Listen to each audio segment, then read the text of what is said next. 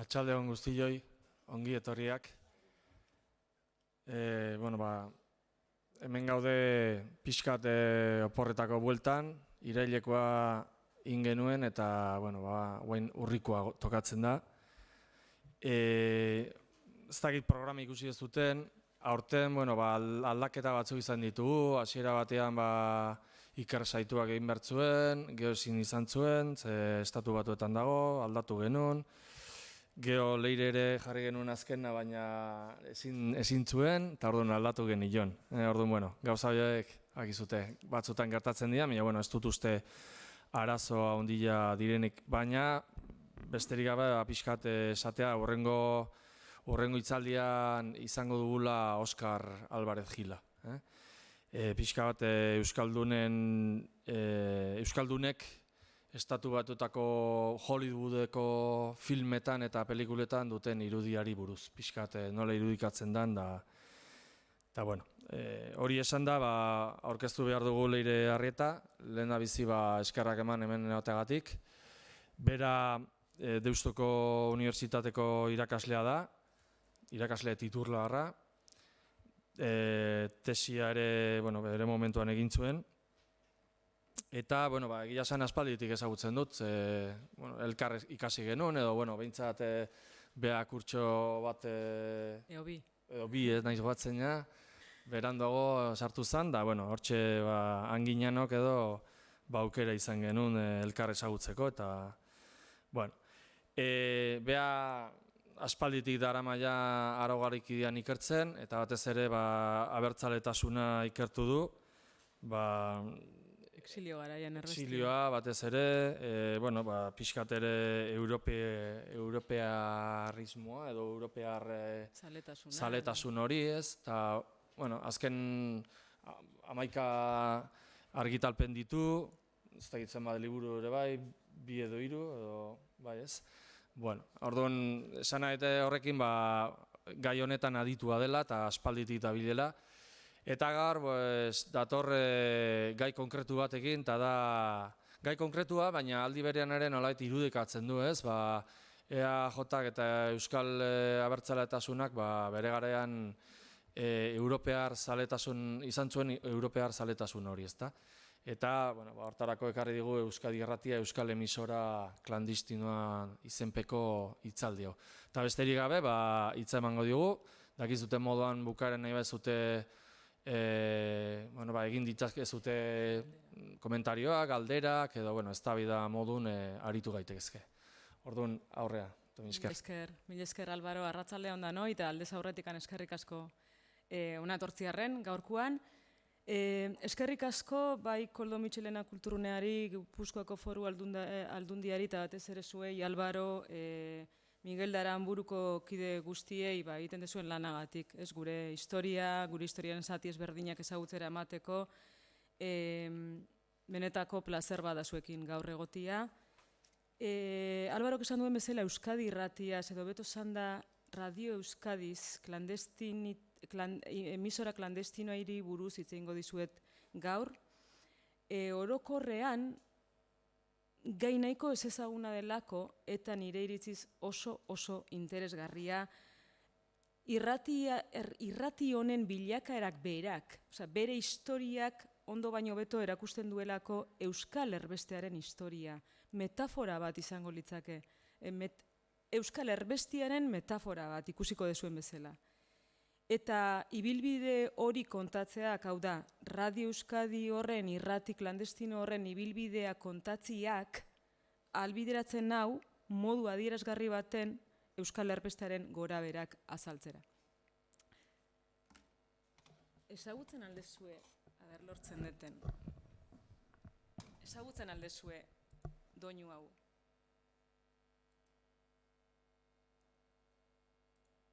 Ez da entzutzen oain. Lehen entzun dugu,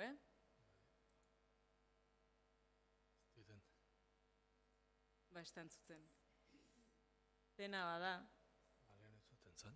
Bai, oain dela 15 minutu entzuten zen. Ez dugu lortzen? Bai. Ez da mikrofono kontua, hemengo kontua da. Bueno, igual dio.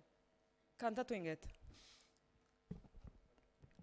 Tan, tan, tan, tan, tan, tan, tan. Hemen Euskadi Irratia, Eusko Erresistentziko burrukalarien deia. This is Radio Euskadi, the Basque of the...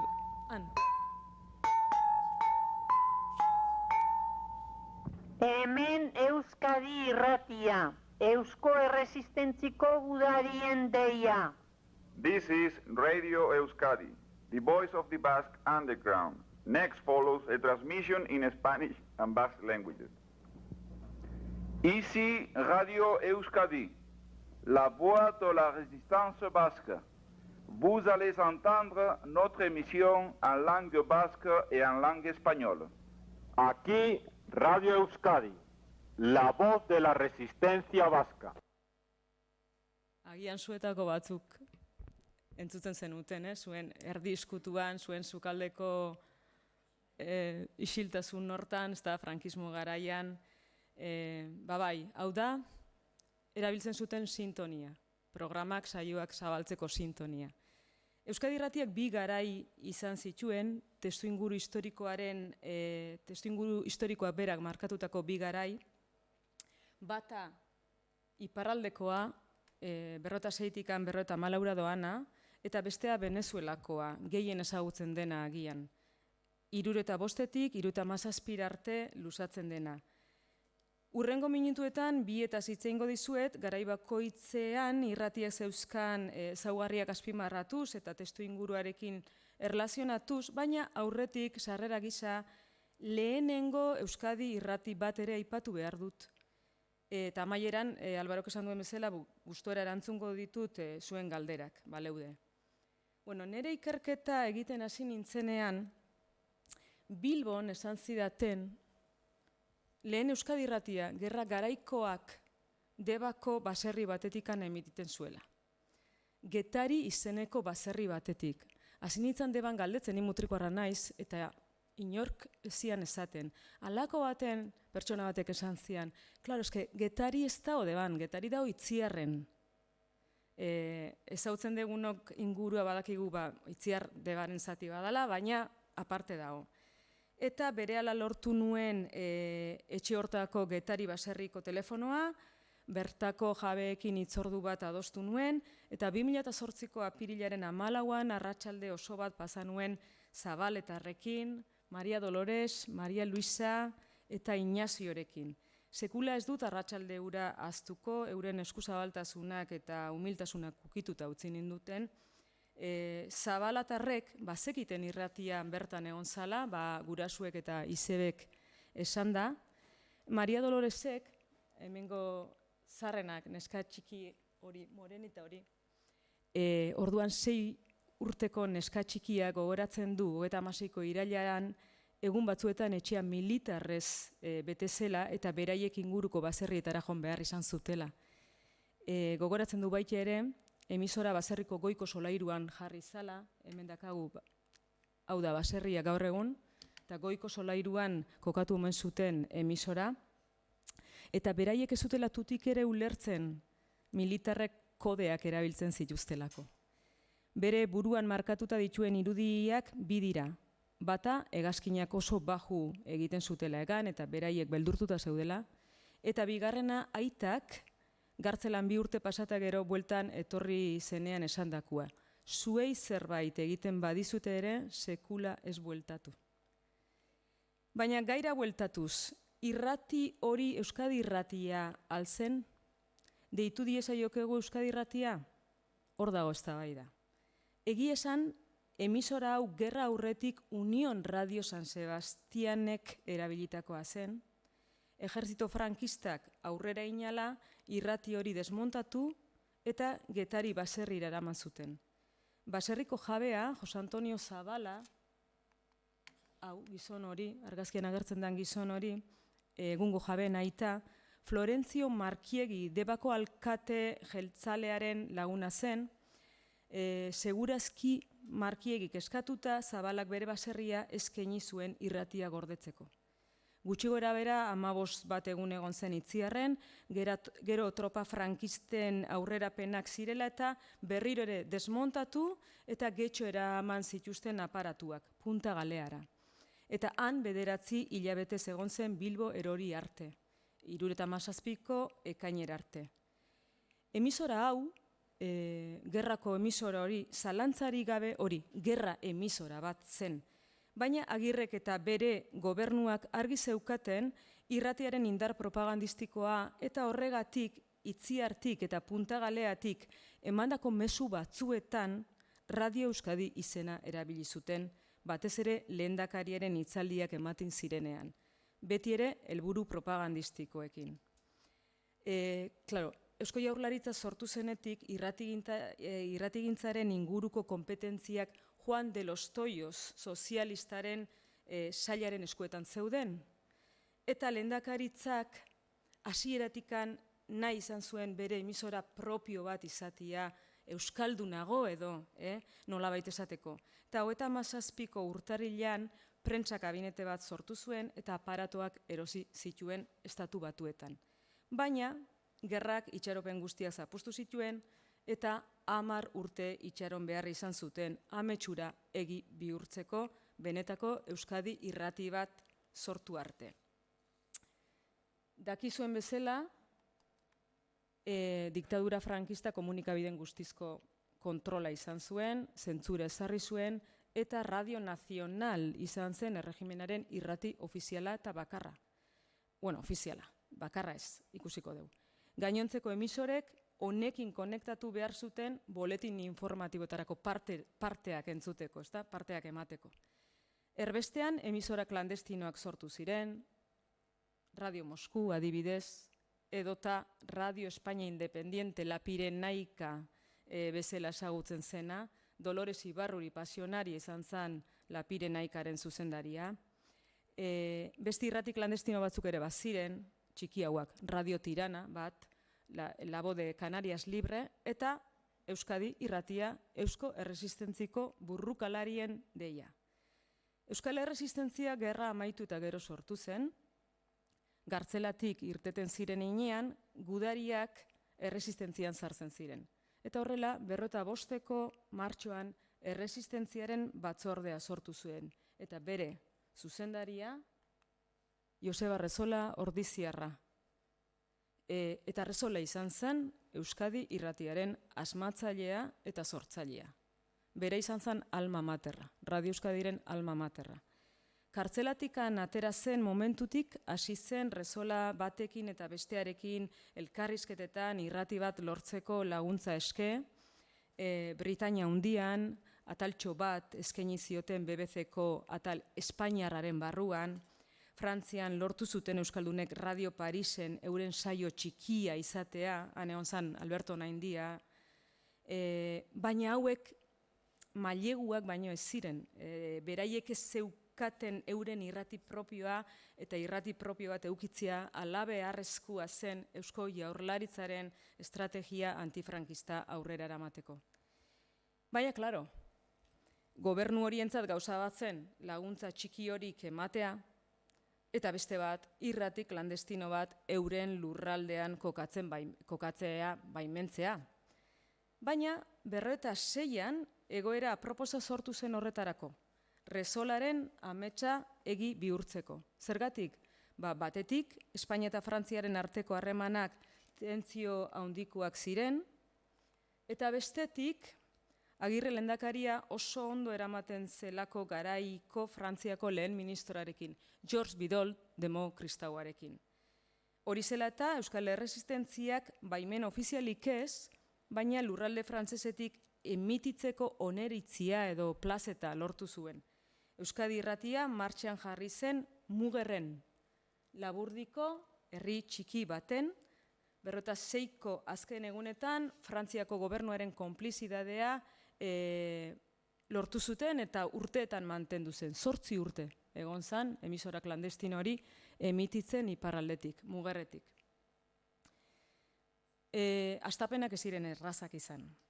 Zeukaten materiala lehen esan dugun bezala Estatu Batuetatik ekarri zuten, Mugerreko apaizaren etxean, Jean-Pierre Urrikarriet deituriko apaizaren etxean kokatu zuten emisora, dena noski sekretupian gorde behar zuten, eta horregatikan emisora hitz egiten zutenean, eskutitzetan dola, esaten zuten, deitzen zioten, gure irrati isila. Hori izan zen Joseba Arrezolak asmatutako izena. Hurrengo pausua, lan taldea osatzia izan zen, editoreak, esatariak, teknikoak eta informazio hornitzaileak behar ziren, esatariak eta teknikoak mugerren ziren, baina erredakzioa nolabait deitzeko, Donibane Loitzunen kokatua zen. Bertan, Rezola berak eta kolaboratzaile gutxi batzuek osatzen zituzten irratsaioen gidoiak, aldizkari ezberdinetaz eta barnekaldetik edo Paristik bidalitako informazioaz baliatuz. Gaur egun esango den duke egiten zutela korta ipega bat, ez? Osa, aldizkariak hartu, albiste ezberdinak moztu eta gero peatu orrialde luze baten eta hori izan gidoia. Eta gero kolaboratzaile batek bizikletan eramatzen zituen gidoi horiek mugerrera. Eta han esatariak momentuan, orduan, bota, irakurri. 56ko iraila eta azaroa bitartean egin ziren probak, eta 56ko abenduaren 21, hau da, Santo Tomas eguna aukeratu zuen Joseba Arrezolak lehen biziko saioa egiteko, hasi zen irrati klandestinoaren historia. Emisora horrela iragartzen zen, Euskadi irratia Euskal Erresistentziko burrukalarien deia. Hasierako saioak eragozpen teknikoez jositxe egon ziren, esatariek oso azkar hitz egiten zuten eta ahotsa moztu egiten zen. Iparraldeko garai hontako, hau da emisora, transmisorea, hemen ingenieroen argibideak montatzeko, helburuak, zeintzuk ziren irrati klandestino honen helburuak iparraldeko garaian? Lau ziren. Lehenengoa, erregimen frankistaren manipulazio informatiboa haustea, hau da, prentsa eta irrati frankistek eskutatzen zutena ezagutzera ematea alegia. Bigarrena, Frankoren aurkako iritzi publikoa sortzea, bai Euskadin, bai atzerrian. Hirugarrena, sakabanatutako euskaldunen arteko nolabaiteko lotura sortzea edo bultzada morala ematea, eta laugarrena, irratiko zuzendariek argi zeukaten irratian euskal kultura sustatu behar zala eta batez ere euskera. Joseba Arrezolak gizajoa beti zabilen euskerazko lanak eskatzen. Kolaboratzailei izanez, mantendu behar dugu, atal bat euskeraz mantendu behar da, mesedez bialdu zuen kolaborazioak edo testuak euskeraz. Saioen ordutegia eta iraupena aldatzen joan ziren, baina lehen hilabetetan saioak gaueko 10 eta 4 zen astegunetan, eta eguardiko ordubiak eta 4 jai egunetan. Gerora, egunean 2 saio ematen ziren, gutxi gora bera ordu batak eta 4 bat, eta gabeko 10 gutxitan bestia, gutxi gora bera. Batzuetan, gainera, orduak eta frekuentziak aldatu behar izaten zuten, interferentzia frankistak zirela eta interferentziak hasierako egunetan hasi ziren eta ez ziren eten iparraldeko fase guztian. Baina, irratikoek alde positiboak ikusten zioten honi, molestatzen ari zirenaren seinale zelako, Rezolak zion, ladran luego cabalgamos. Eta horregatikan gehien erabili zuten eslogana izan zen, Euskadi irratia entzutea, erresistentzia ekintza bat da. Escuchar Radio Euskadi es un acto de resistencia eta behin eta berriz errepikatzen zuten lelo hori. Eta askotan behaiek ere berdina egiten zuten, hau da, irrati frankistetan sartu zioten, o dejan que nos oigan a nosotros, o no se les oye a ellos. Saioak, txistuz jotako euskara ezerkiaren hasierako 8 notekin hasten ziren. Lehen entzundakoak, baina zilofoiakin jotata izan biharrian, txistuarekin. Eta ondoren esaldi hau esaten zuten. Euskadi irratia bere arratzalderoko edo gaberoko irratzaioa astera dihua, gure berri ondoren eta beste zenbait erdel lanen artean, euskal gai abek entzungo dituzue gaur. Gero gai zerrenda, entzun beti Euskadi irratia, euskal burrukalarien deia. Hau esaten zuten esatari batek euskeraz, eta beste batek gazteleraz. Eta saioa amaitzeko berdin. Saio bakoitza ordu erdikoa zen eta 3 zati zituen. Albistegia, komentarioa eta euskeraren tartea. 3 sailen artean euskal musika jartzen zuten, Maritxu Nora zoaz, Andre Madalen, Ederregia Zarazu, Menditik, Festara, San Inazio martxa, San Sebastian martxa, Donostiako Irudamatxo gero konpentsatzeko lurraldeko kontua Estampas Bilbainaz, Ekos Botxeros, Zeledon, Nafarroako jotak ere bai, eta ahots batek irakurtzen zituen gaztelera ziren zatiak eta beste batek euskera zirenak. Egia esan batzuetan aspergarria gerta zitekeen eta beraiek ere hori bazekiten, eta norbaitek proposatu zuen garai hontan trapu zaharrak ateratzia. Jendearen trapu zaharrak. Ikusten duzuen bezala dena asmatuta zegoen, ez dago ezer berririk. Tonoa garai hontan serioa zen, umorearentzat ez zegoen tarterik, baina bai ironiarentzat.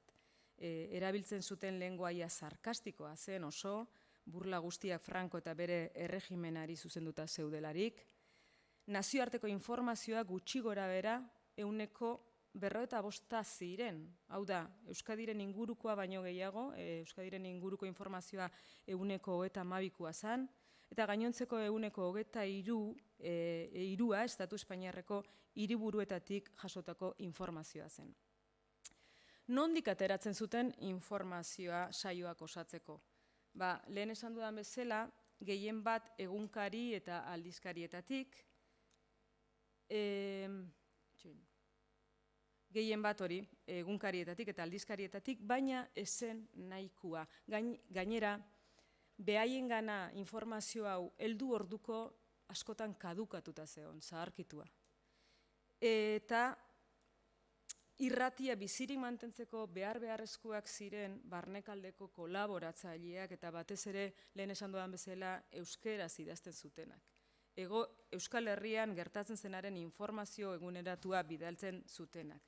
Resola gizajoa beti zebilen laguntza eske. Zuen gain dago irrati isilaren bizitza, esaten zuen behin eta berriz. Eta kolaboratzaileen artean nabarmentzen dana, argi eta garbi Manuel Irujo izan zen, Nafarra Errepublikako ministro izandakoa, Euskadi irratiarentzat testu gehien bidali zuena bera izan zen dudarik gabe. Bere komentarioak askotan, ez izenekin sinatzen zituen irratia kolaboratzaile asko zituenaren itxura emateko, eta kolaboratzaile iraunkorren artean beste hauek ere bai, Jose Mari Lasarte, Jesus Galinde, Javier Landaburu, Nikolas Ormatxea Horixe, Andima Ibinaga Beitia, besteak beste. Nork finantziatzen zuen Euskadi irratia? Eusko Jaurlaritzak 100an lehenbiziko garai honetan. Jose Antonio Agirrek hasieratik eman zion bere laguntza bai ekonomikoa bai morala Joseba Resolari, ideia planteatu zionetik esan zion baietz aurrera eiteko. Hala eta guztiz ere noski gobernuaren egoera ekonomikoa kaskartzen joan zen heinean emisorako emandako fondoak ere gutxitu ziren, eta une larriak bizi izan zituzten bertan lan egiten zutenek. Baina Euskadi irratiaren garai honen amaiera ez zen arazo ekonomikoengatik izan, baizik eta presio frankistengatik eta nazioarteko testuinguruan izandako aldaketengatik. 1948an frankistek emisora lokalizatu zutenetik, agintari frantsesekiko frankisten presioak ez zuen eten. Frantziako kanpo arazoetako ministeritzatik behin baino gehiagotan agindu zuten irratia ixtea. Baina goi mailako politiko batzuek Eusko Jaurlaritzarekin eta batez ere Agirrerekin zeuskaten harreman onak zirela eta 54 arte itxiera ekidin zuten. Zer aldatu zen orduan 54an? Frankoren erregimenak nazioarteko errehabilitazioa lortu zuen ordurako, Espainia eta Frantziaren arteko harremanak ere ordura arte txarrak zirenak normalizatu egin ziren, Eta Frantziako egoera politikoa ezegonkorra zen gobernu aldaketa asko izan zirelarik. Frantzian gainera, Frantziak zuen arazo nagusietako bat bere kolonien independentziaren aldeko altxamenduak ziren, eta 54ko ekainean gobernu berri bat sortu zen, eta lehen ministroaren Pierre Mendez France sozialistaren helburuetako bat koloniekin zeuskaten arazoa konpontzea izan zen. Testuinguru horretan, kokatu behar dugu Euskadi irratiaren itxiera lehenbiziko fase hontan. Agintari frantsesek onartu zuten itxiera eta horren truke gobernu frankistak Radio Tetuan Marokoren independentziaren alde egiten zuen irratia neutralizatu zuen. Hau da, azken finean truke bat baino ez izan, irrati bat besteagatik. Eta bustuan, François Mitterrand barne ministroa zela, garai hartan, Frantziako gobernuak Euskadi irratiaren behin betiko itxiera agindu zuen. Aurrekoetan bezala Agirre lehendakaria saiatu zen arazoa konpontzen, baina oraingo honetan saiakerak alperrikakoak izan ziren, eta aurrekoetan ez bezala, kasu hontan inork ez zuen bestaldera begiratu. Eta Euskadi irratia egoera oso zailetan 8 urteetan airean mantendu ostean bere mikrofonoak itxi behar izan zituen. 50 hamarkada orokorrian oso gogorra izan zen Eusko Jaurlaritzarentzat. Azaroak, arazoak 51an hasi ziren, maiatzean antolatutako grebak isilaraziak eta zapalduak izan ziren, eta jende asko atxilotu zuten, gainera polizia frankistak erresistentzia batzordea ere desegin zuen, hilabete geroago ekainean gobernu frantziarrak Eusko Jaurlaritzaren egoitzatik alde egitea agindu zuen, Parisko avenida zentriko baten zegoen kokatuta Euskal Gobernuaren egoitza, Avenue Marsan, jauregitxo polit eta dotore baten, hemen argazki bat ekarri dizuet, eta hortikan bota egin zituzten. Momentu hartan gainera gobernuaren eta bere alderdi nagusiaren eta praktikan bakarraren, hau da, EAJaren egoera finantzieroa eta strukturala ez ziren batere onak, horri gehitu behar zaio pixkanaka aktore berriak sortu zirela Euskal eskenatoki politiko eta sozialean, 1949an eta jaio zen, eta bere mezuak eragina handia eta oso erakargarria iruditu zitzaien Euskal gizartearen zati handi bati, batez ere gazteengan, oso erakargarria izan zen eta eragina handi izan zuen. Gazteek euren alderdiaren eta gobernuaren planteamendu zaharkituak eta pasibotasuna kritikatzen zituzten. Hori guztia gutxi balitz, 60an Jose Antonio Agirre lehendakaria hil egin zen, zendu egin zen, egoera larriagotu egin zelarik. Egoera zail horretan, erbestean zegoen gobernu txikiarentzat irrati bat izatea gero eta garrantzitsuagoa zen, 54an iparraldeko Euskadi irratia itxi zen momentutik, Joseba Arrezola saiatu zen irrati klandestinoa beste leku batzuetan kokatzen, bai Europan eta baita Ameriketan ere. Lehen saiakera Venezuelan egin zen. Herrialde honetan Euskal koloniak, Euskal komunitateak handitu ez ezik, izen ona eta estatusa lortu zituen bertako gizartean. Euskal Venezuelar asko aberastu egin ziren eta beraiek Eusko Jaurlaritzari emandako diru-sarrera oso garrantzitsua izan zen urteetan.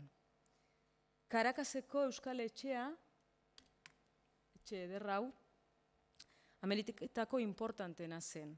Eta egoera hau, Euskal komunitateak Venezuelan zuen estatusa eta indarra kontuan hartu behar dugu Euskadi irratia Venezuelan zergatik egon zen ulertzeko.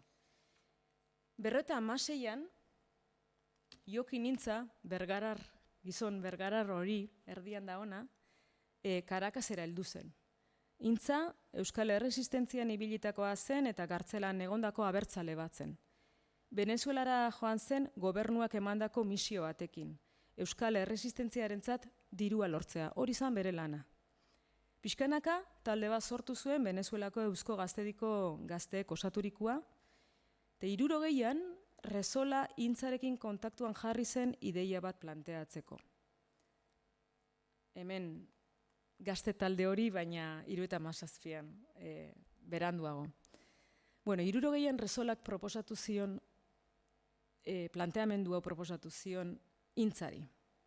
Bideragarria ikusten aldezu, Frankoren erregimenen erasotzeko irrati klandestino bat Venezuelan ezartzea.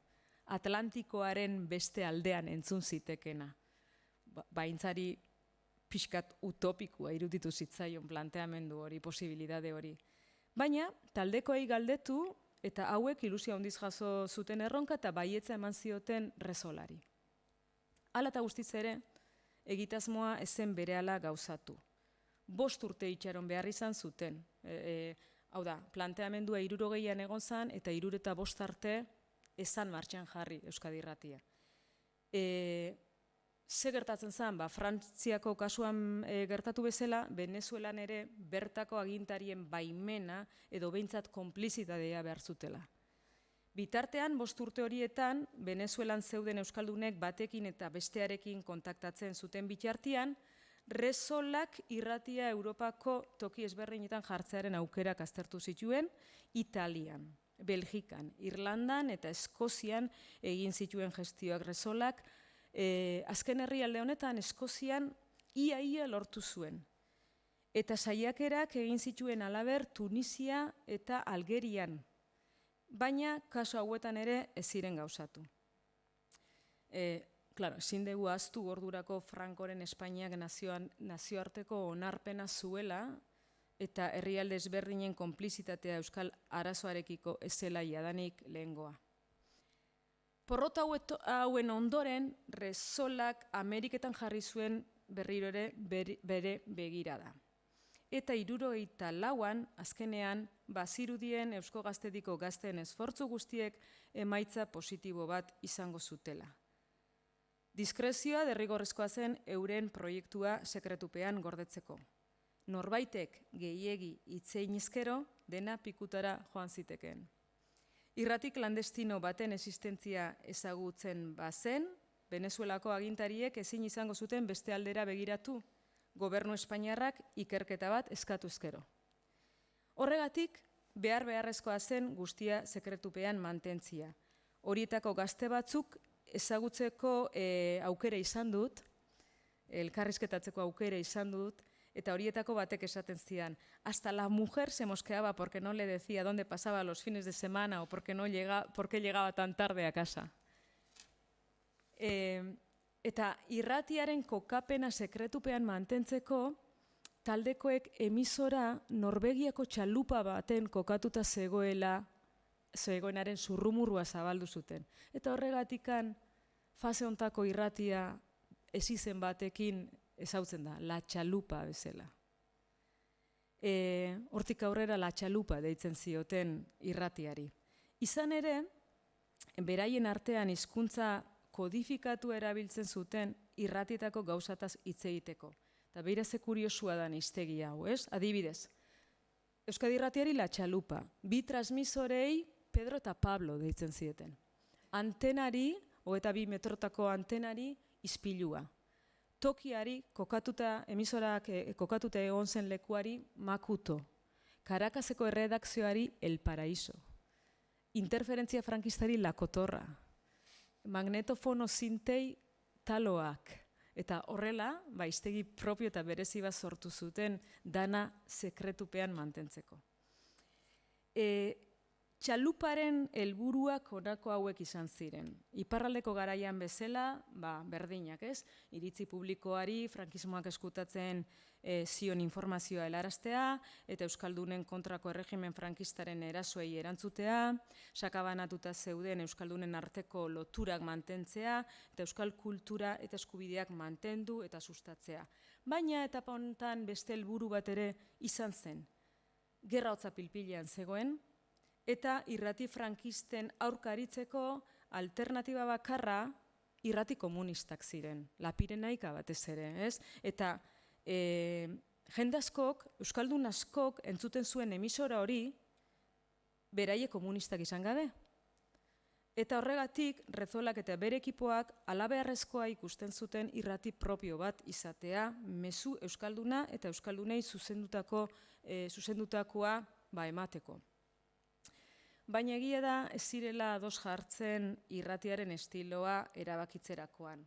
Rezolak, Euskadi Irrati berria, 54an galdutatokaren jarraipena izatea nahi zuen, emisora serioa, intelektuala, kolore politiko ezberdinek osatzen zuten gobernu plural baten zerbitzura zegoena, ideologia eta alderdi ezberdinen zerbitzura zegoena. Baina, Eusko Gaztediko gazteek ez zuten berdin ikusten. Rezola hemen zegoen, iparraldean, gazteak ordea han, Venezuelan. Eta irrati Amerikarren eragina jaso zuten, beraiek entzutzen zutenaren eragina. Zelako irratia nahi zuten egin gazte hauek? Seriotasuna galdu gabe, irrati sentimentalago bat, ekintzaileagoa, abertzaleagoa nahi zuten. Euren helburua zen saio zirraragarriak egitea, esloganez jositako saioak, konbatiboak, zati motzetaz osatutako programak, ez horren beste komentario, sakon, luze eta serioetaz. Baina, hala eta guztiz ere, teorian behintzat Rezolaren aginduak obeditu zituzten, teorian. Naiz eta Euskadi Irratiak Eusko Jaurlaritzaren agindupean zegoela onartu eta errespetatu eta esan, praktikan Venezuelako irrati klandestinoa bertako Eusko Gaztediko gazteek egindako irrati bat izan zen. Eta gazte horiek hemengo errealitatetik milaka kilometrotara zeuden. Gazteak ziren, borrokaren beste ikuspegi bat zeukaten eta irrati oso abertzalea egin nahi zuten eta egin zuten. Sarrerako esloganaren inguruan egondako ikamika horren adibide garbia da. Rezolak zion, sarrerako leloa izan behar zela. Hemen Euskadi Irratia Euskal Erresistentziko burrukalarien deia aurreko etapan bezala. Eta gazteek, Eusko Gaztediko gazteek ordea nahiago zuten, hemen Euskadi Irratia Eusko Erresistentziko gudarien deia. Eta azken hau erabili zen. Emisora instalatzeko gazteek bi ingenieroen laguntza izan zuten, Jose Joaquin Azurtza, Donostiarra eta Iñaki Elgezabal.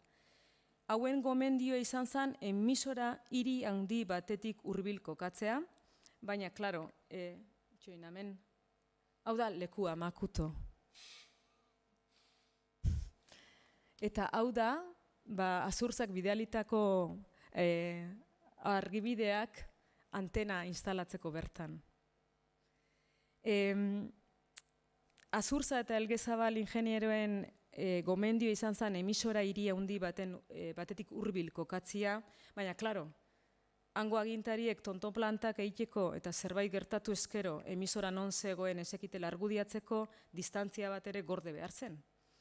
Honena emisora hiritik 10 edo 20 kilometrotara kokatzea zen. Azkenean, Shell konpainiari erositako bigarren eskuko bi transmisoreak, Pedro eta Pablo, Caracasetik 50 kilometrotara kokatu zituzten, Oianaren erdian. Eta leku honi, Makuto deitu zioten, bidea espazen ezagutzen Makutora ailegatzea oso zaila zen. Lurrazal ura alokatzeko herriko apaiz euskalduna Bonifazio Urkizu izan zen bitartekaria. 75 maiatza eta ekaina bitartean 11 gizon ibili ziren jotake lanean Makuton, lekua prestatzen, bedarzarra kentzen, lekua garbitzen eta prestatzen. Bertaraino eraman zituzten transmisoreak eta lehen aipatutako 22 metrotako lau zutoin zituen erronbo formako antena handi bat. Ekaina bukaeran lehen frogak hasi ziren, irratiko kideek ez zuten nahi Euskadi Irratiaren estreinaldia iragarri bere soinu uinak 8.000 kilometrotara entzutzen zirela frogatu arte. Hau da, Euskal Herritikan entzuten zirela jakin arte. egia zan ez zeuden batere konbentzituta. Venezuelatik emititu eta Euskal Herrian entzungo ote zen zalantzak zituzten. Oso seguru zegoen bakarrenetako bat Azurza zen, Jose Joaquin Azurza. Berak behin eta berriz esaten zuen Euskal Herrian argi eta indartzu entzungo zela Euskadi irratia. Agian ez zuen lortuko irrati legal baten maila edo kalitatea, baina transmisoreak kalitatezkoak zirela eta entzungo zela zion. Zalantza kontua da, itxoin, hau ere kuriosua da. Telegramak, hemendikan Joseba Arrezolak Alberto Elosegiri bialitako 2 telegrama. Lehenbizikoa, ustailak 7koa, sin rastro de Pedro hasta el momento dio. Osea, ez dala entzutzen. Eta bigarrenian ordea, 21an bialitakoa, llegó Pedro bien salvo afección de garganta. Entzutzen omen zen, baina ez oso ondo. Zalantza. Bueno, kontua da, saiatu zirela, soinuaren garbitasuna, afekzion de garganta hori hobetzen joan zela pixkanaka, eta irailak 15ean inaugurazio saioa egin zela. Lehen irratsaioaren atal nagusiak izan ziren Jesus Mari Leizaola lehendakariak euskeraz eta gazteleraz egindako hitzaldia, eta Rezolak berak idatzitako gure bigarren etapa deituriko testu bat. Makuton zeuden aparatuak, baina saioak erredakzioan prestatzen ziren. Karakaseko leku ezberdinetan egon ziren ofizina batzuetan. Lehen esan bezala, El Paraíso deitzen zioten erredakzioari. Lehenbiziko ofizinak Paraíso etorbideko edifizio baten egon zirelako, eta handik aurrea guztiak zian Paraíso. Han gordetzen ziren diskak, tokadiskoa, grabadora, mikrofonoak, esatarien mailak eta aulki batzuk. Gauza handirik ez, minimoa. Han lan egiten zuten Xabier Leizaolak zuzenduriko talde txiki batek, eta bereziki lehen aipatutako gizon bat nabarmendu zen, eta azpimarratu behar dut, nabarmendu zen talde honetan, Alberto Elosegi. Bere izan zen Euskadi irratiaren alma materra bigarren garai honetan. Lan asko egin zuen gizon honek, 70an, 71an Europara bueltatu arte. Saioak prestatzeko, lehen bezala idatzizko prentsatik jasotako informazioa eta Europatik kolaboratzaileek bidalitako berriak eta testuak erabiltzen zituzten, Manuel Irujok jarraitu zuen kolaboratzaile garrantzitsuenetako bat izaten garai honetan ere, Gerardo Bujanda, Jon de Igeldo izan zen finkoenetako bat, eta noski, Rezola bera ere bai, beste izen batzuk, Basarri, Pedro Basaldua, Iñaki Azpiazu, Usturre, Tellagorri, Alberto Naindia, Paiz Markinarra, Martin Ugalde eta bar luze bat. Arazua zen, batzutan gaiaren arabera heldu orduko ia zaharkituta zeudela. Behin programak prestatuta, magnetofono zintetan grabatzen zituzten, taloetan, eta ekipoko batek, bitartekari batek, zinta horiek taloak hartu, eta Makutora eramaten zituen ordubeteko bidaian. Eta han, Makuton, egoten zen zain, Makutoko zaindaria. Ixaka Atutxa, Durangarra. Gudari izandako Durangarrau 13 urtetan egon zen oianean bizitzen. Lehen ikusitako kaxeta zar hoietan, hoietako baten. Hemen ikusten da kaxeta hori barrutik, hauetako baten. Bestian zeuden emisorak. Eta bestia zen bere etxe bizitza. Hor bizizan, katuz eta zugez inguratuta, berak zaintzen zituen transmisorak eta lekua, eta esandako orduetan zintak, taloak, sartzen zituen transmisoretan. Eta bizitza gogor hori pixkat arintzeko, asteburuetan Eusko Gaztediko gazteak txandakatzen ziren isakari bizita egiteko, eta han ibiltzen zian musian, eta garagardo batzuk edaten. Denbora pasa. Venezuelan emandako 13 urte horietan arazo teknikoak izan ziren noski, baina ez ziren mehatxu handiak izan, gainera transmisora bikoitza zenez, hau da, 2 transmisorez zirenez, bat ondatzen bazen bestearekin emititzen zuten. Iparraldeko garaian bezala, interferentzia frankista ere egon zen, Interferentzia horiek Madriletik, Bilbotik, Bartzelonatik eta Donostiatik egin ziren. Interferentziak saiesteko irtenbidea noizean behin saio batetik bestea uhin frekuentzia, onda aldatzea izaten zen, batzuetan baita emisio berean ere, saio berean ere. Eta horregatikan esaten zuten baita garai honetan ere Euskadi Irratia entzutea erresistentzia ekintza bat zela. Entzuleak frekuentzia aldatzen ibili behar zirelako denbora guztian. Ordutegiari dagokionez, hau ere aldatu egin zen entzuleek Euskal Herritik bidalitako informen arabera. Baina orokorrian gaueko 9:30 11:30 emititzen ziren saioak. Irratsaio hauek 30 minutukoak ziren. Irratsaioen egiturak ez zuten atal luzeek osatzen, baizik eta pieza motz ezberdinak. Hori da ezberdintasunetako bat aurreko etaparekin konparatzen. Beti zegoen atal bat euskeraz, atalak banatzeko musika erabiltzen zuten, iparraldeko garaian baino askoz ere musika gehiago eta anitzagoa, euskal kantak bai, euskal kantak klasikoak, baina batez ere hasi ziren erabiltzen Euskal Herrian sortzen ari ziren beste kantari gazte batzuen abestiak ere, Mikel Laboa, Xabier Lete, Benito Lertxundi, Lourdes Iriondo, Estitxu, Idoia, Michel Labegeri eta barren musika. Hala eta guztiz ere, gehien erabili zuten zinta beraiek grabatutako zinta bat izan zen. El talo de oro, urrezko taloa deitu zioten. Eta honelako kantak osatzen zuten. Behaiek, talde horrek, gazte talde horrek, gitarrakin kantatutako Gu gara Euskadiko, Goazen mendirik mendi, Jaiki jaiki, Espainiarra garela, Zazpi Euskal Herriak, eta horrelako kantak. Atal ezberdinak banatzeko batzuetan esloganak erabiltzen ziren, adibidez. Euskotarren aberria Euskadi da, edo entzun beti Euskadi Irratia, Eusko Erresistentziko gudarien deia, edo Euskadi Irratia entzutea erresistentzia ekintza bada, eta horrelakoak. Erabilitako tonoa eta hizkuntza zuzenak ziren, askotan sarkastikoak, ikutu serioa komentarioak eta albistegia jartzen zuten, irratsaioa hasi eta amaitzian, beti iparraldeko etapako sintonia bera entzutzen zen, lehen aitu deguna, gora eta goraren hasierako notak, baina xilofoi batekin jotakuak. Eta sintonia honen atzetik, irratiaren leloa. Hemen Euskadi Irratia, Eusko Erresistentziko gudarien deia. Euskeraz eta gazteleraz, eta 71tik aurrera baita ingelesez eta frantsesez ere. Audientzia, badaldago hitz egiterik audientziaz garai hontan, ez guk ulertzen dugun bezala behintzat, ez gaur ulertzen dugun bezala. Sekule zen handia izan, garai hartan, entzule kopuruari dagokionez behintzat.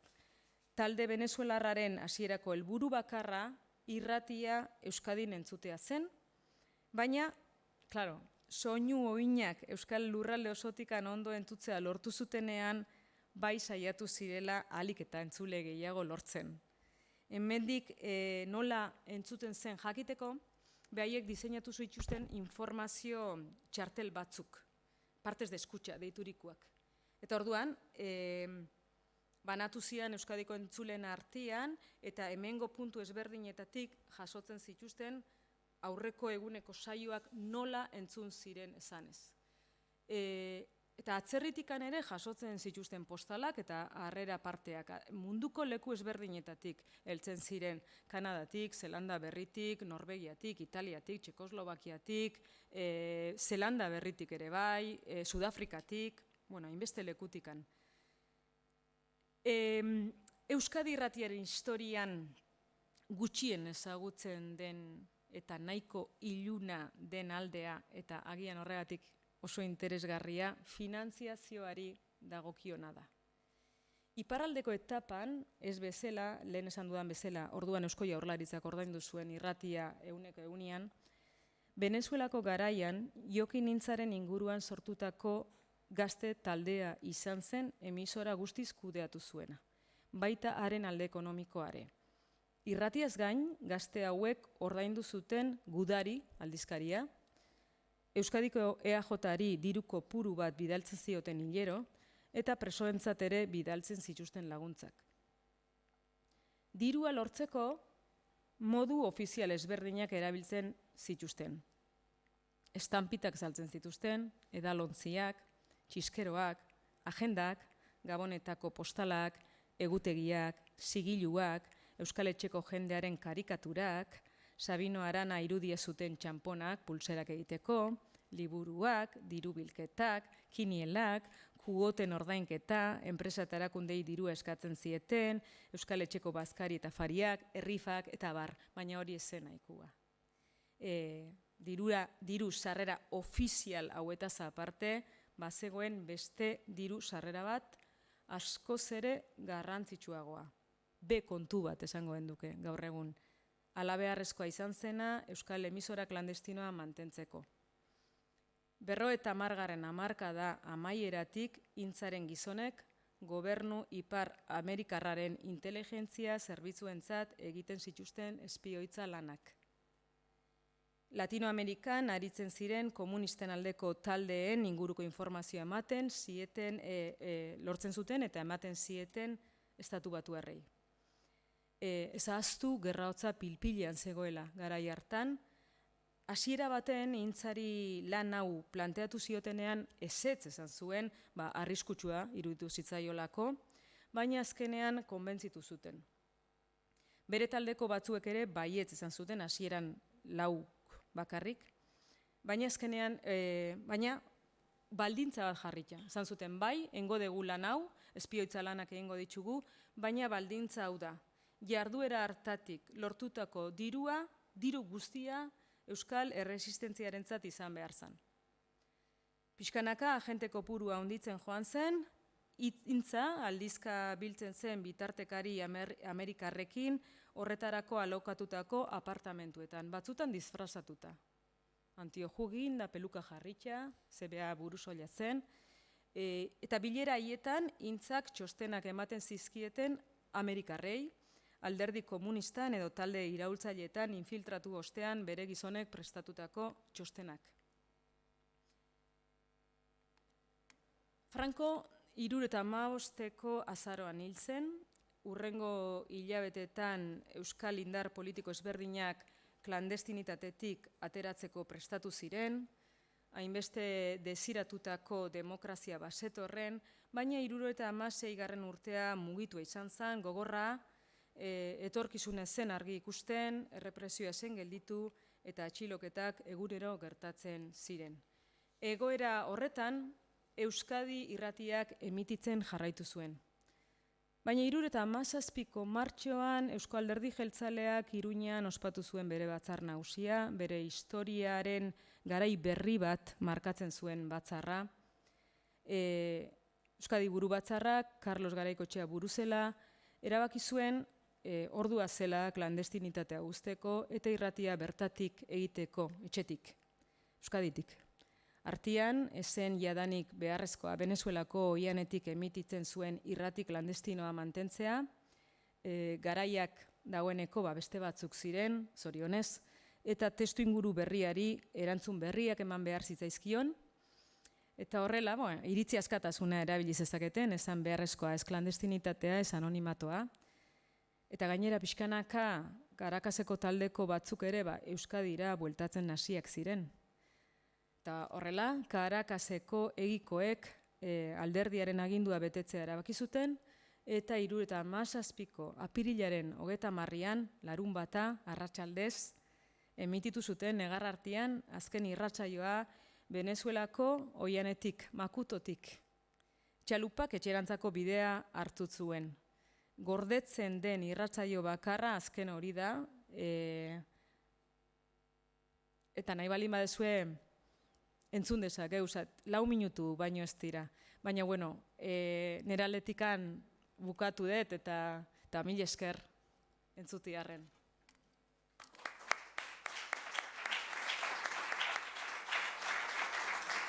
Radio Euskadi inicia este programa de hoy con un agur eta gero arte que repetiremos al final del programa. Por tercera vez, Radio Euskadi deja de estar en el aire en los últimos 40 años. Desde Radio Euskadi en Bilbao, el presidente Aguirre denunció al mundo la atrocidad y el genocidio de Guernica.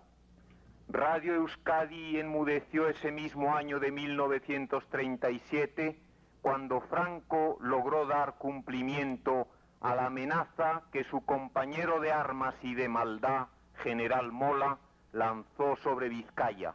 Vascos, rendíos o de lo contrario arrasaré Vizcaya. 15 años después, reponiéndonos de tanto castigo, salimos al aire en Radio Euskadi para dar fe de nuestra terca decisión de querer seguir viviendo como hombres y como vascos. La persecución española nos alcanzó en tierras ajenas y tuvimos que volver a callar nuestra voz de resistencia. Euskadi entró en la larga y penosa lucha de la rehabilitación, de la convalecencia y de la preparación para la misma batalla de la libertad. Hace 11 años plantamos la bandera de Radio Euskadi en los aires del mundo y hemos dado fe día a día, año tras año, de nuestra voluntad de vivir libres el pueblo vasco y su tierra. Hoy dejamos de salir al aire porque hemos de preparar nuestra aparición en nuestra tierra con la libertad. Desde Radio Euskadi enviamos con el calor de nuestros corazones y el eco de nuestras inmensas esperanzas un recuerdo para los vascos que han caído en la lucha por Euskadi, para los que han sufrido por su causa, para los vascos y todos los demás ciudadanos del mundo que nos han acompañado con su paciencia de escucha. No podrán despedirlos nuestros compañeros de equipo que entregaron su labor y su alma, Txomin, Mikel, Acha, Rezola, Mendi. Sí estamos presentes, aunque dispersos por el mundo, los Alberto, Joaquín, José Joaquín, Ishaka, Félix, Guernica, José Luis, Iñaki Elgue, Félix, Julián Ugalde, Ricardo, Iñaki Arecha, Iñaki Erco, Iñaki, Pachi, Guillermo, José Caitz, Ascón, Orreaga, Arrizabalaga, Manuel, Pello, Felicín, Carviñe, Maite, Jesús, Iñaki Gasti, Maite Gari, Mirenchu, Otamendi, Luis José, Kepa, John Miquel, Juan Mari, Iñaki Landa, Miguel, Andoni, Domeca, Paulín, Josu, Paul, Bingen, Tommy, Joseba, Zugarra, Julián, Achur, Yongo, Txomin, Vizca, Santi, Iturralde, Juancho, Elizalde, José Ignacio, Iñaki Zubi. Estos y otros son los nombres de los vascos que viven y sienten el pálpito del alma vasca en su eterna lucha por un ideal humano, el de la libertad. Aquí Radio Euskadi, hemen Euskadi Irratia. Hau izan da dana. Mila esker.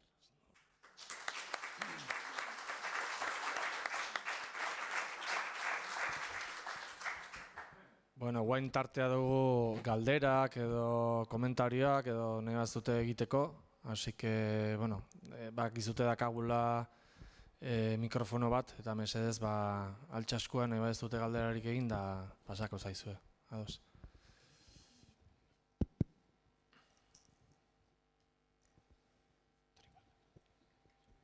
Bai, sorionak, benetan oso interesantea izan da. Bai, nahi deituna baten zioa ez da saldu emakume bat ere.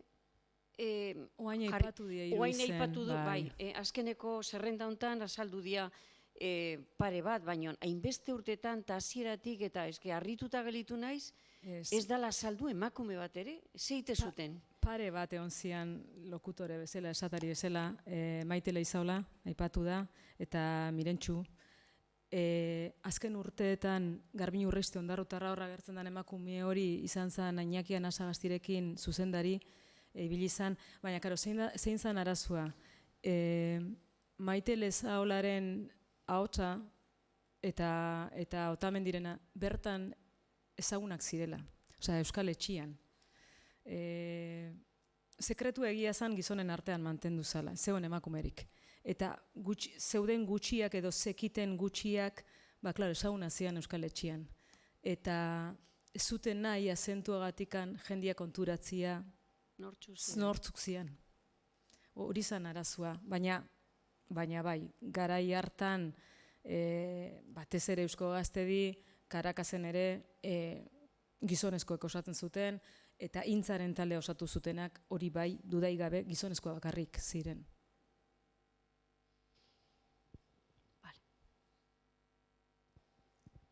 Eta iparraldeko etapan zer esanik ez, bakarrik gizonezkoak.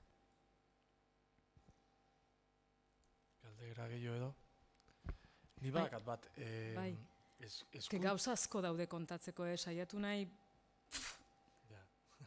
dagoan dana, baina hain politxe izan zen eretzat ere ikerlanetan artxibotara jun, eta ezer jakin gabe pixkanaka pieza danak batzen historia hau sortzi eta deskubritzea, eta gero jendia esautzea, Guillermo Ramos bat ezautu nun, da gero gixajoa hil zan, bertako jendia entrebizatu, elkarrizketatu eta mundu berri hori deskubritzu ikaragarri politxa.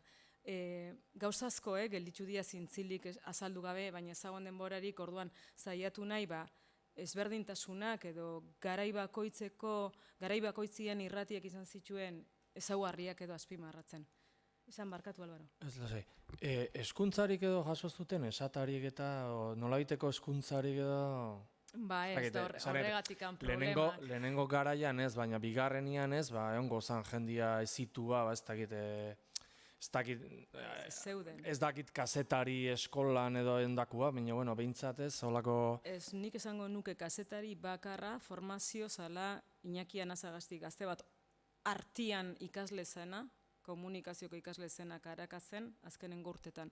Baina bestelak, horregatikan probak, horregatikan arazoak, gaizki irakurtzen zuten, askarregi irakurtzen zuten esatariek, orduan horregatikan egiten zian frogak, praktikatzeko, mantxoago hitz egiteko, eta hola ez zian, ez zakaten ziketaik hortan. Borondatez egindako lan batzan, sekretupian, behaiek erresistentzia ekintza bat egiten ari zirenaren sinismena zakaten, eta hala zan.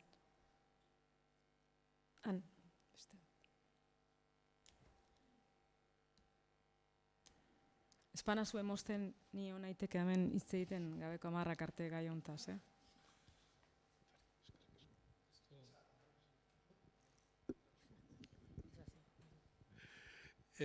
Gabon, esposizio nahiko guztatzen, nahiko polita zen da, baina jakeko nuke, Venezuelako idazkariak orduko denporan zei duen, ez zeben ikusi zebe, eskua garbitu zen, lagundu zeben, zei duen. Venezuelako gobernuak? Bazekin noski zekila. Montatu zuten Venezuelan emisora behaien konplizidadekin, Alberto Gonzálvezekin, Demokrazia Kristauako buruakin egon eta gero. Osea, zakaten baimen ofizialik ez, zinezkoa zelako, baina bai, oneritzia edo plazeta behintzat bai, bazekiten. Behaiei ere interesatzen zitzaien espioitza antikomunista hori eukitzia, egitea euskaldunak. Ez zuten finantzatu, ez zuten beraiek dirua jarri edo... Ez, dirua batez ere zatorren estatu batuetako gobernutik. Behaiek nahikoa egiten zuten bestalera begiratze horrekin. Eta berdina egin zuten Frantziako garaian, egin zuen Frantziako gobernuak beste alde batera begiratu. Bazekiten hor zegoela, frankistak hasi zian presionatzen desde el Palacio Santa Cruz, bi alduz behin eta berriz telegramak, mesedez itxi emisora klandestin hori, itxi. Baietz esaten zuten frantsesek, baina azkenian zerbait gertatzen zen, eta 54 arte esan itxi. Eta hango egitu, Karakasko garaiko edo Venezuelako garaiko egitura gero jarraipenik izan zuen edo Gero Radio Euskadi montatzerakoan edo... Ez. Hombre, etzian Ez. profesionalaz. Ez batez hori da. Sortu zanean 83an Radio Euskadi berria bere sortzaileek argi zakaten euskal emisora publiko bat, izaera publiko izan behar zuela.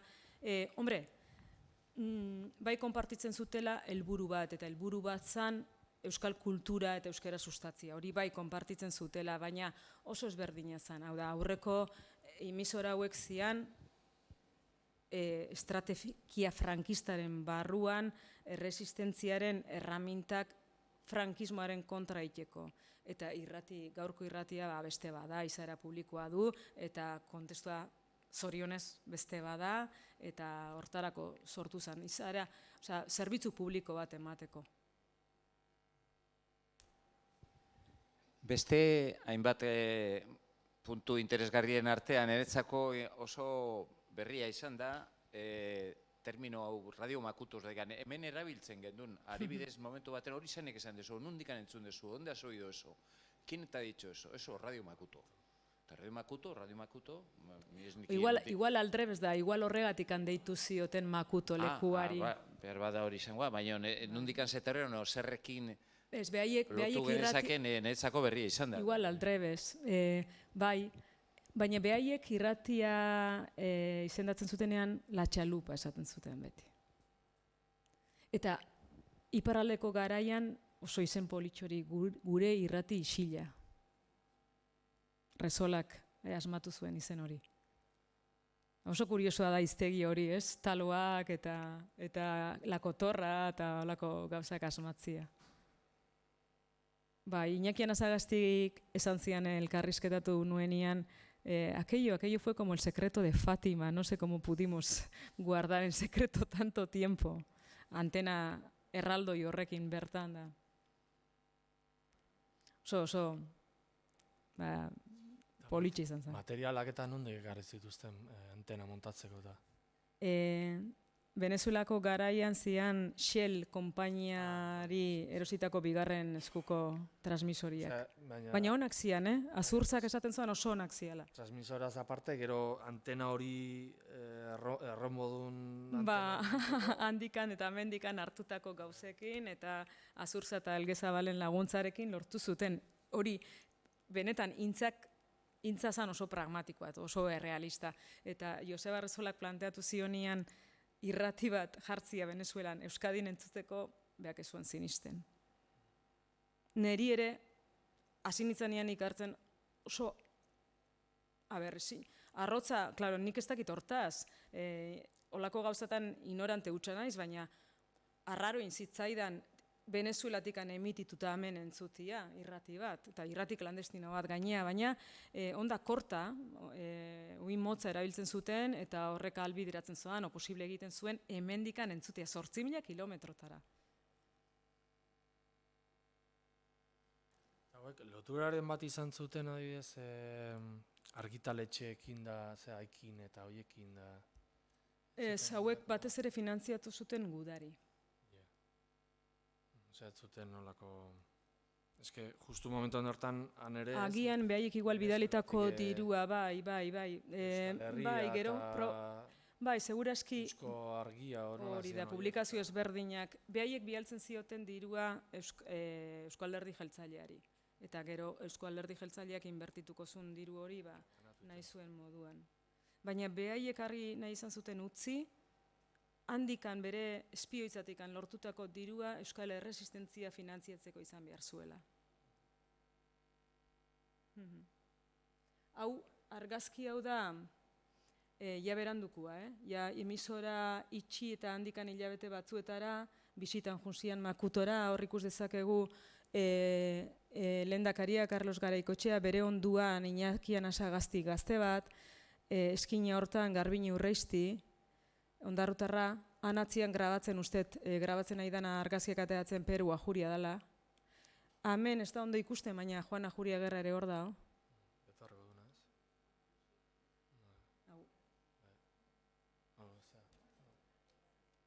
Bai, igual ez da ondo ikusten, hemen tartian. Horrekin ez da? Zer, bai?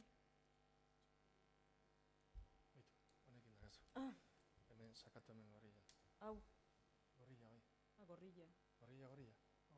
Hau da Juana Juria Gerra, hau Ondarrutarra, Urristi, Garaikotxea, hau Domeka Etxarte Ondarrutarra hau ere, Iñaki Anazagasti, uste turi Perua Juria dela. Bizitzan juntzian gero Makutora. Ta horren lekuko argazki hauek mantentzen dira. Beste galeraik? Bueno, mil esker etortzeagatik eta, bueno, gabon pasa. Bai, mil esker. Horrengo arte.